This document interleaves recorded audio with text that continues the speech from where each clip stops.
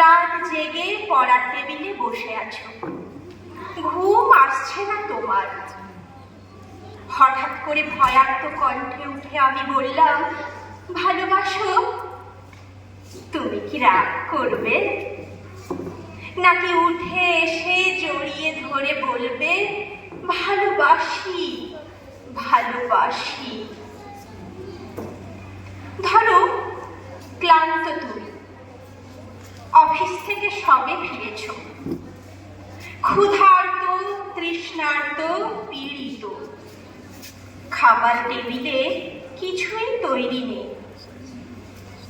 রান্নাঘর থেকে বেরিয়ে ঘরমাত্র আমি তোমার হাত ধরে যদি বলি, ভালোবাসো?